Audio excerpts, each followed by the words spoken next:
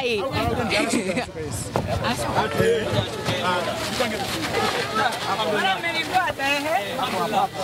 Hapa jamani.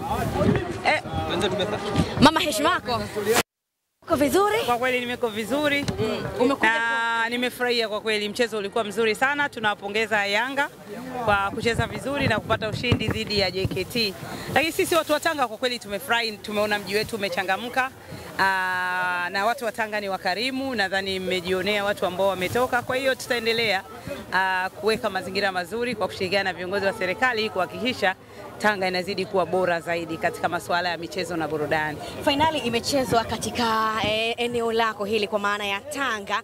Niambie namna ambavyo ulivyokuwa unajisikia wakati finali hii unaambiwa iko hapa Tanga. Kwa kweli nimefurahi sana, na ndio maana nilikuwa katika kazi zangu za kuwahudumia wananchi, lakini nikasema lazima nije uwanja wetu wa Mkokwani. Kwa kweli ni heshima kubwa sana.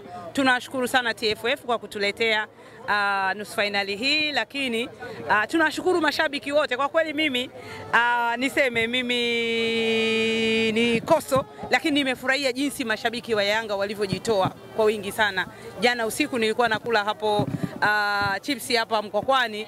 Kwa kweli niliona makosta zaidi ya 40 yamekuja. Kwa hiyo hongereni sana Yanga, mko vizuri na mnajua sana hamasa.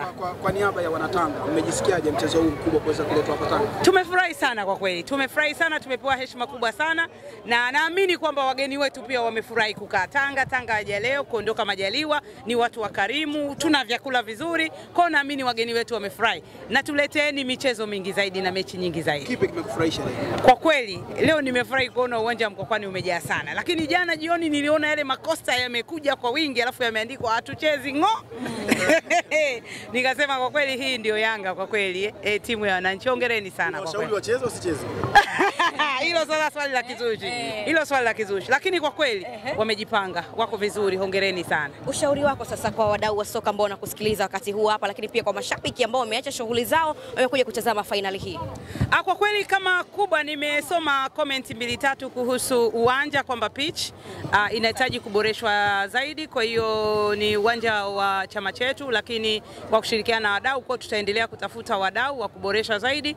Lakini pia nadhani kuna masuala ya kuendelea kuhamasisha. Kwa mfano uwanja umejaa, tunashukuru Mungu watu wamejaa, lakini kidogo kiingilio ilikuwa 15,000 kwa 10,000, kwa hiyo kuna baadhi ya watu hawakuweza kumudu. Kwa hiyo tunaamini labda kingepunguzwa kidogo, watu wengi pia wa kutoka Tanga wangeweza kujaza uwanja zaidi.